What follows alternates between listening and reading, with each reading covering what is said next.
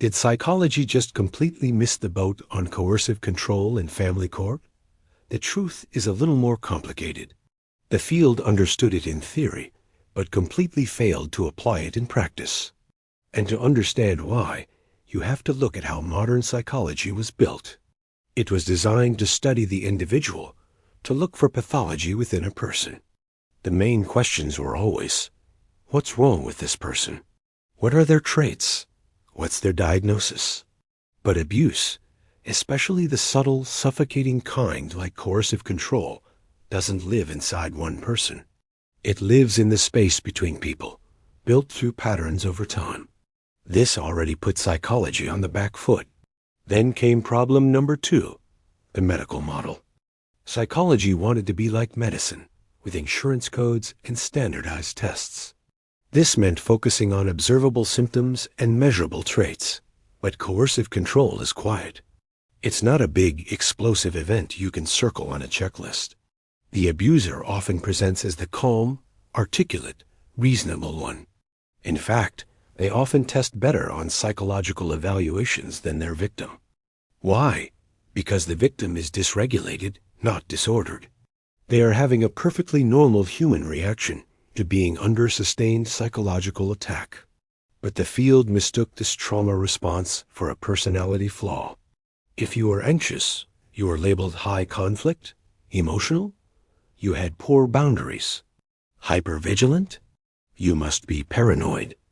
The system pathologized the reaction instead of identifying the cause.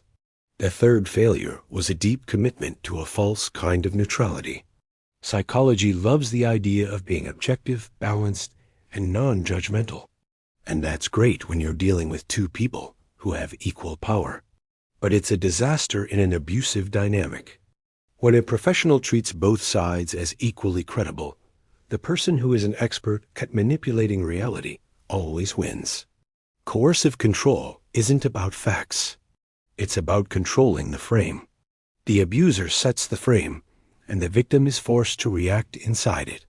By refusing to take sides, psychology wasn't being neutral. It was siding with the abuser. And finally, the assessments themselves were just snapshots in time.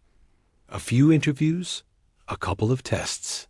But coercive control is a long game, played out over months and years.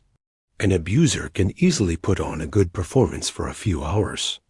A victim can't suppress their trauma forever. So, what the evaluator saw was a calm parent and an emotional parent. And they called it a conflicted dynamic, completely missing the calculated campaign of abuse. For decades, the field defined abuse narrowly: physical violence, explosive anger, obvious threats. When advocates started talking about coercive control, psychology was slow to catch up because it threatened its core beliefs that conflict is mutual and both parties contribute. Admitting that one person is a perpetrator and the other is a victim is a much harder, riskier stance for a clinician to take. So, the result was an entire industry that unintentionally helped abusers rebrand their behavior as conflict, while punishing victims for having normal reactions to being harmed. This isn't about blaming every single clinician.